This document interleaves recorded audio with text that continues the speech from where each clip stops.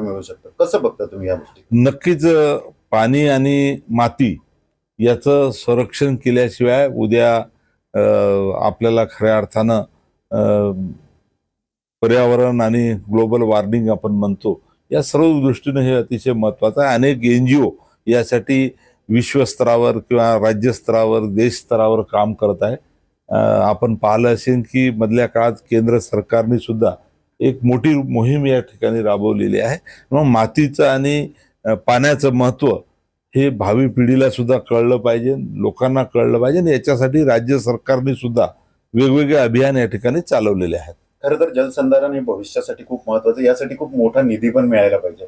परंतु जे काय आपल्यासारखे मंत्री काम करतात, मात्र इतर मंत्री आणि इतर जे काय नेते आहेत ते राजकारणात व्यस्त असतात. पाहिजे तसं प्राधान्य मिळत नाही. नाही, जलसंधारणाच्या माध्यमातून या ठिकाणी अतिशय चांगलं काम राज्यामध्ये चालू आहे.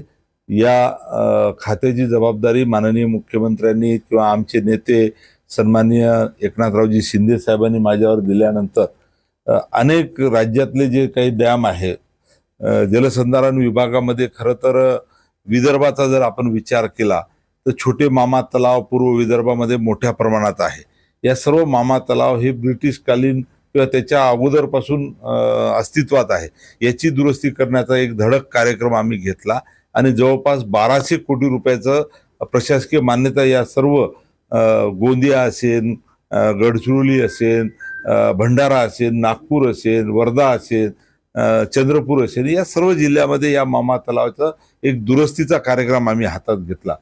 विदर्भामध्ये बुलढाणा, यवतमाळ, वाशिम, अकोला आणि अमरावती या जिल्ह्यामध्ये जे काही 600 हेक्टरच्या आतमधले तलाव आमच्या जलसंधारण विभागाचे आहेत, या सर्व तलाव थोडासा मॅन पॉवर आमच्याजवळ कमी असल्यामुळे या शेवटच्या टोकापर्यंत टेलपर्यंत पाणी पोहोचत नव्हतं आणि मग अनेक वेळा कॅनल्समध्ये झुडपं वाढून जातात, झाडं वाढून जातात, नेहमी त्याच्यात दुरुस्तीला पैसे द्यावं लागत होते.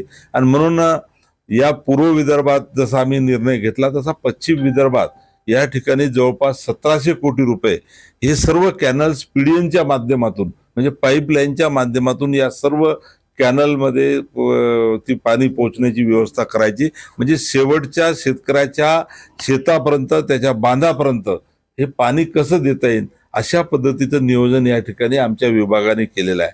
हे जसं विदर्भातलं आहे तसंच पूर्ण राज्यभर अशा पद्धतीचं वेगवेगळे उपक्रम आणि कार्यक्रम आमच्या जलसंधारण विभागाकडून चालू आहे आणि त्याचा नक्कीच येणाऱ्या काळामध्ये फार मोठा फायदा जलसंधारण आणि आपण जसं म्हणलं की पाणी आणि माती याला महत्त्व देऊन हे सर्व कार्यक्रम चालू आहे.